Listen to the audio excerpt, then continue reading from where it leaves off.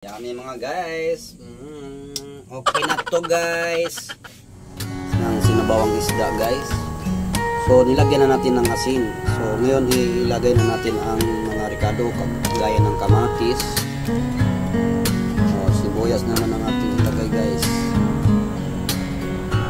At ang luya. Pantanggal na lansa. So yan lang muna mga idol.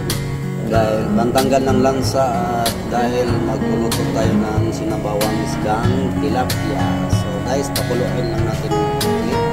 Takpan natin mga idol. Takpan na natin guys ang gulay. Ang klaseng gulay.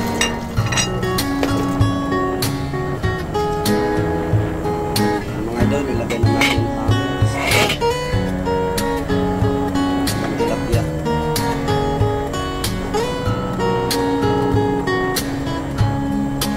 Yan mga idol, isa lang ang ating lulutuin dahil dalawa lang kami ang kakain dito at yung isa ay ating preprituin yung bunto.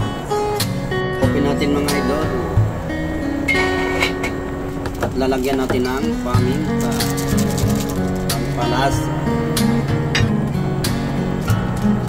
Lalagyan naman natin mga idol ng magic sarap. So yan mga idol, ang pasarap.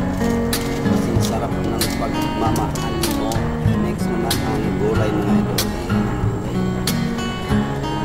Gulay o nabugati. Yan guys. Takpan natin guys. So ito ay konting kulo na lang ito mga idol. Gaya na lang ito kasi gulay na lang ang nilagay. So ito mga idol ay luto na mga idol. Wow!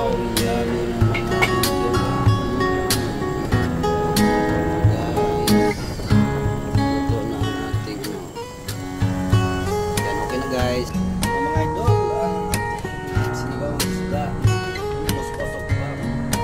Yan mga guys, okay na to guys.